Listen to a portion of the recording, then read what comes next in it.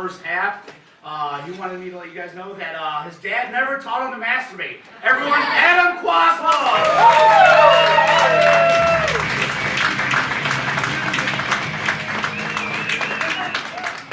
Hail the Dark Lord Satan.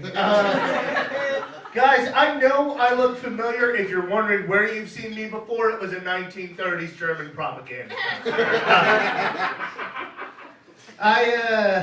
I'm ashamed of who I was when I was in high school. We all should be. If you're proud of anything you did when you were 15, the door is right there. There's that girl Malala who won a Nobel Peace Prize when she was 15, and if that thing is not in the trash right now, I will fight her, okay? When I was 15, I wore t-shirts exclusively from Hot Topic. Which means in order to get those shirts, I had to drag my dad to a store meant for people who hate their dad. In high school, I was also one of those kids who was angry about not getting dates. Now that I'm an adult, I understand why women wouldn't go out with me. It's because no woman should. I had a Simpsons-themed bar mitzvah.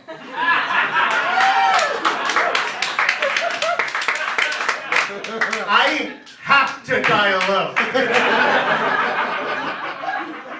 We called it a Bart mitzvah.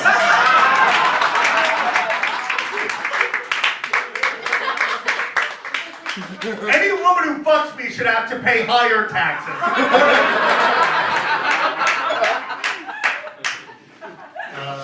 I'm white, so I'm a big fan of rap music. I like it because it's up front with you, right? Like, you know the song Wild Horses by the Rolling Stones? Yeah, Wild Horses Couldn't Drive Me. Do you know what that song is about? It's about Mick Jagger's girlfriend overdosing on heroin.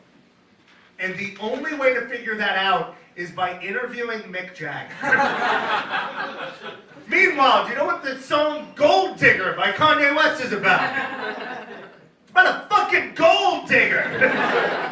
If Kanye wrote Wild Horses, my girlfriend overdosed on heroin would be the second line. And people talk shit about rap music. They're like, oh, well, it's all about fucking bitches and drinking lean. Yeah, you ever heard of music?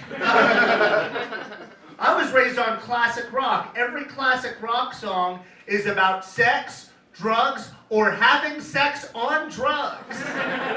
Like Gotta Get You Into My Life by the Beatles. That's a beautiful love song, isn't it? Wrong, it's about drugs.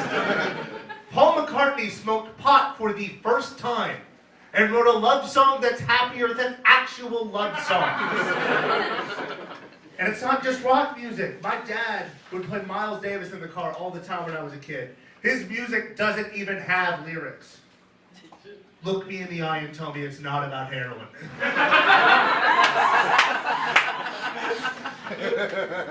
And people are like, well, rappers are always talking about fucking my girlfriend. And I'll give you that. Guns N' Roses never made a song about fucking your girlfriend. They did make a song where Axl Rose includes the audio of Axl Rose fucking the drummer's girlfriend. Pretty sure that's worse. Because when rappers talk about fucking my girlfriend, they're just creating a fantasy where I have a girlfriend.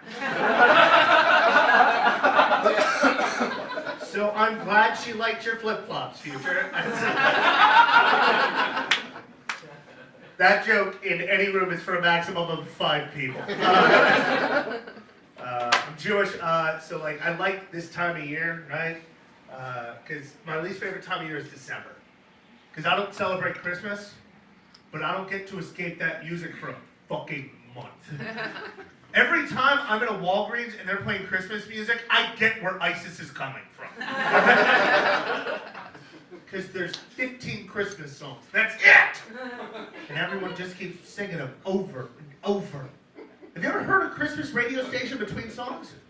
All right, that was Paul McCartney with Wonderful Christmas. Coming up next is Ashley Tisdale with Wonderful Christmas! You know why I never hear Hanukkah music? Because there's 6 songs and we know they're awful because 4 of them are written by Adam Sandler.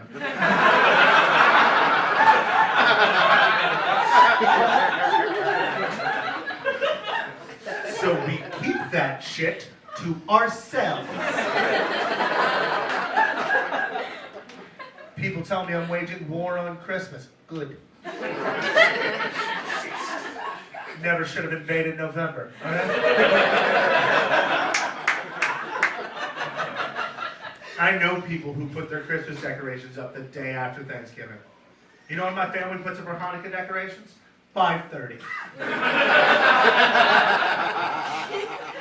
On night 2. Because that's when we saw something online and said, fuck, it's Hanukkah. You know the story of Hanukkah? We had a war or a fight or whatever, and there was only enough oil. There was only enough oil to light our lamps for one night, but it lasted for 8. So Christmas is about the Son of God being born of a virgin mother. Hanukkah is about getting a great deal on some lamp oil.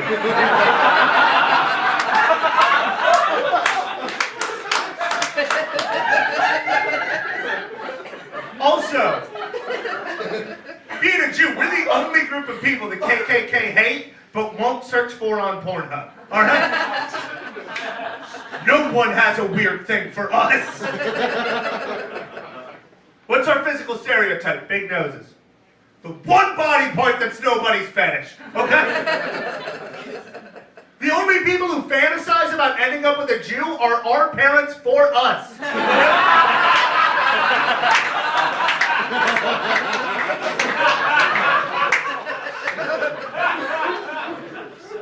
And we have 2 languages, neither of them are sexy. Like you can whisper French in someone's ear and you can hear their underwear melt, all right? Doesn't work with Hebrew. You can't seduce somebody with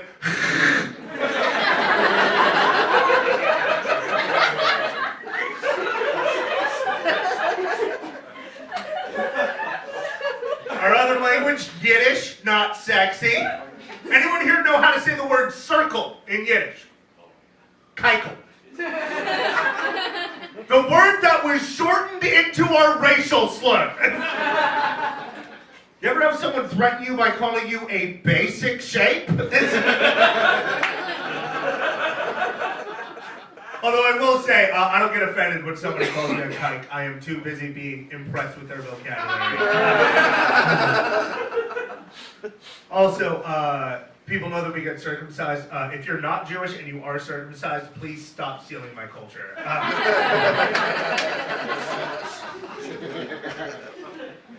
When I was in college, I was in a sexual health theater troupe, which is exactly what it sounds like. And we had this scene where we would demonstrate to our audience of college students how to apply a condom using your mouth. In case you want to impress your partner with how much you like the taste of lube. And normally we would have this guy Chris do it. Because it's funnier when a guy does it. College students get less rowdy when a guy does it. And Chris was better at it than all the Germans.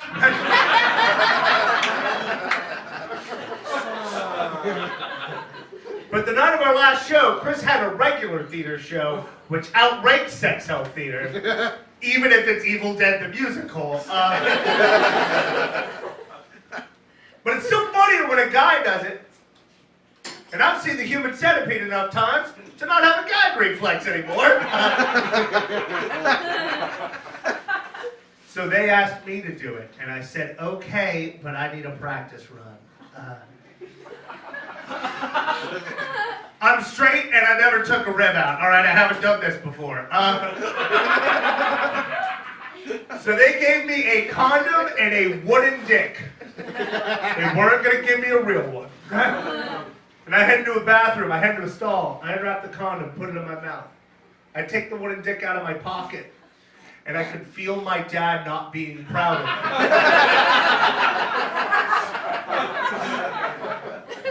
Because I don't care how progressive you are, no one wants to watch their kid put a dick in their mouth. Alright?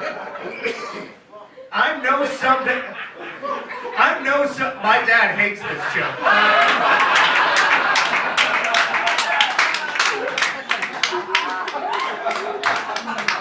I know someday I might have a gay daughter, I might have a straight daughter or a gay son, If I walk in on anything, it better be their turn. Okay?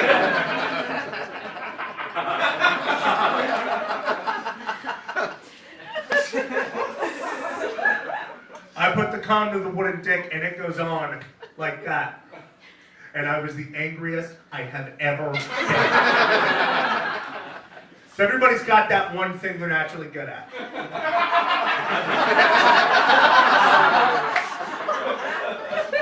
Some people it's sports.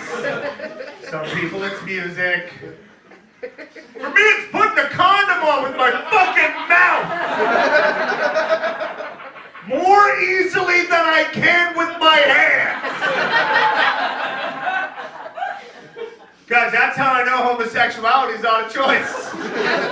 If it was, I'd have fucking chosen it by now, okay? I love women, but sometimes you gotta play the hand you've been dealt. So showtime happens, it's time for our scene. I unwrap a condom, put it in my mouth. Take the wooden dick out of my pocket, notice my RA in the audience. Now, I don't know if you've seen my body yet. I'm not good at sports. But that night, I learned what it feels like to be athletic. I got that condom further down that wooden dick than Chris ever dreamed. I felt it hit the bottom. And when I was done, I pulled it out of my mouth. I held it up high because I was fucking proud of myself. As anyone in this room would be. And that's when I realized I could have used a flavored one. See you guys!